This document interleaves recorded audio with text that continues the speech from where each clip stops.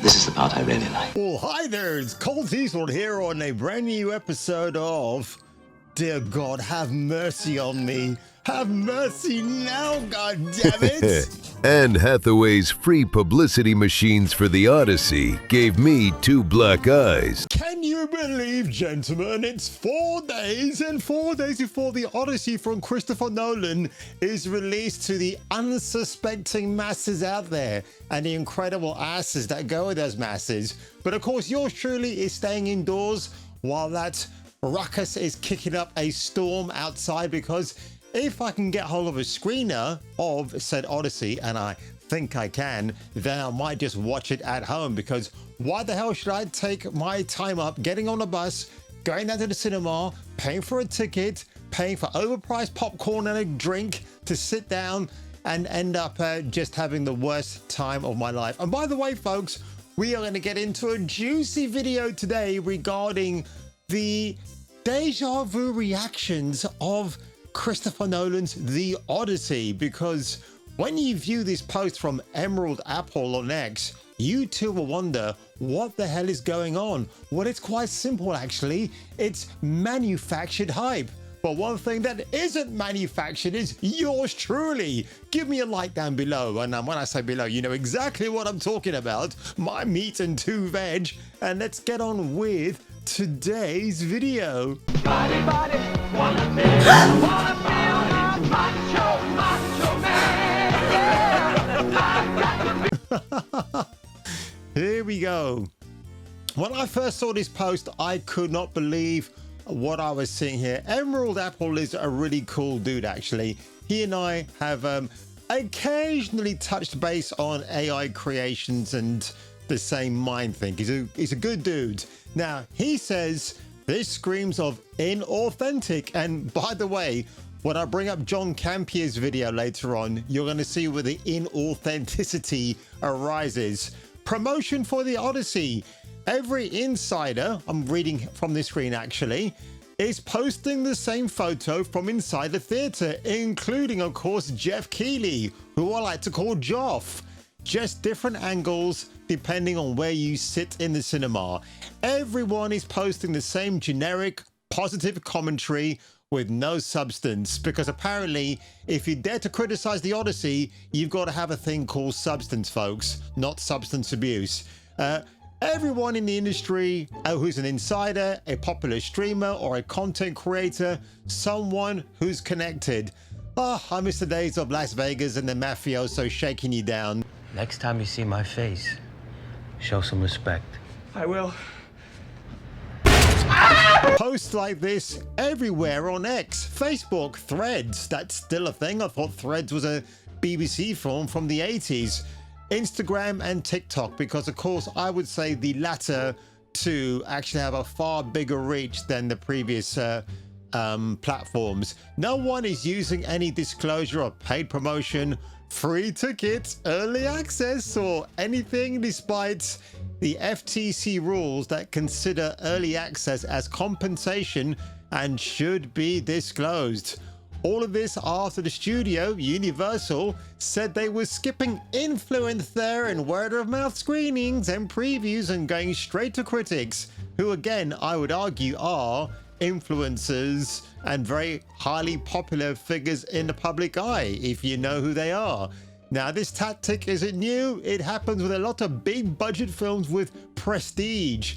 Yeah, it depends what that version of prestige is. In my day of getting ready for a big movie that would have a certain prestige around it, those days for me are long gone. I mean, we're going back to like Terminator 2, folks, and True Lies. Those films to me had prestige because it was James Cameron in his absolute prime, so you kind of knew there was an expectation, but it's usually not so on the nose when it comes to blatant influencer marketing.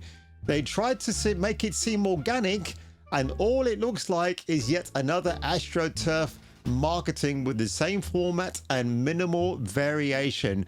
And this is great, actually. I want to highlight these because when you see who's actually responsible, it's crazy. Ludwig, him? Okay, let's do it. Joel at Vet Movies. I have seen the Odyssey in glorious 70mm IMAX. So, I've seen Lawrence of Arabia in 70mm IMAX. Does it make any difference? Rob Liefeld, this one blows my mind. The Odyssey, eerie, really eerie, sinister, insane spectacle. Boy, this one is dark. Oh, you racist, you Liefeld. Are we talking about, yes, you've guessed it, Lupita Nyong'o? Time given to these women, considering how little you spent with them. Oh, okay. Cut to black. Yeah. Okay. Oh man, there's gonna be some trouble. I loved it. Nolan in full Mastercraft flex. Damon is fantastic. Holland too. Wow. Funny, I've actually heard that Tom Holland is the worst thing in it. It's the last time he gets to play a boy. Epic. See it in the theater. No, I'll watch it from my dustbin. Collider. Oh, gay Steve Weintraub Frosty Collider guy. What does he say? Pretty sure you can guess what I watched last night under, and we don't really care. But the point is, he's posted the same exact picture. Why don't any of these pictures have Helena Troy on it? Or why are you ashamed to highlight that? Or Travis Scott, the rapper who narrates throughout the whole movie, the black rapper, you know, the black Greek guy that was a native of Greece. Christopher explains to Time in an interview published on May 12, "I cast him because I wanted to nod towards the idea that this story has been handed down as oral poetry, which is analogous to rap." Jack Dunlop, I don't know who this guy is. I had just the honor of seeing the Odyssey early in 70mm IMAX. This is one of the greatest cinematic experiences I've ever had. Epic from start to finish, a masterpiece. Hey, listen, Jack, I've actually watched a 30-minute adult movie, which was great from start to finish, if you get my drift. And that had no high budget quality production about it whatsoever. Though I do seem to remember it had really great lighting on the female model herself, and she looked absolutely fantastic. Again, I'm very curious because something I did not touch upon the last time regarding my criticism of the Odyssey was exactly how much is it going to make in its first week. I would say maybe 150 million domestically. I think in its first week it might actually do well. Whether this film gets to $1 billion plus is another thing, because in 2 weeks time, thereabouts roughly 2.5 weeks, Spider-Man A Brand New Day is also getting released. You know that's going to bury the Odyssey in a heartbeat, because people are already projecting a 230-50 million domestic opening in the US, which would be great for that film. So I'm still looking forward to watching it. Again, the second trailer left me a little bit cold because I wasn't quite sure how I should feel being a big Spidey fan. But something that I want to talk to you about now, guys, is, man, if you haven't seen this already, and I think I did use this video for one of my highlights this week or last week, is John Campier. Let's talk about the anger around Christopher Nolan's The Odyssey. And as Neurotic had pointed out here, and I don't know why I didn't pick up on it, but when John's actually looking at you, the viewer, he's reading off an auto cue. You can see his eyes, his beady little Canadian eyes, booming and bopping and bapping and all over the place. Oh God, I've got to play this bit here. I promise you folks, I won't subject you to too much of this because it is absolute verbal diarrhea. John Campier. I do like this guy. I agree. He looks like a short-haired lesbian from Canada. But honestly, so I don't know what made this guy think that on the day he recorded this video, it was a good idea to hit record. You tell me. I don't know, man. But here we go. His race, his heritage, and his cultural background are the entire foundation of the narrative and his motivations.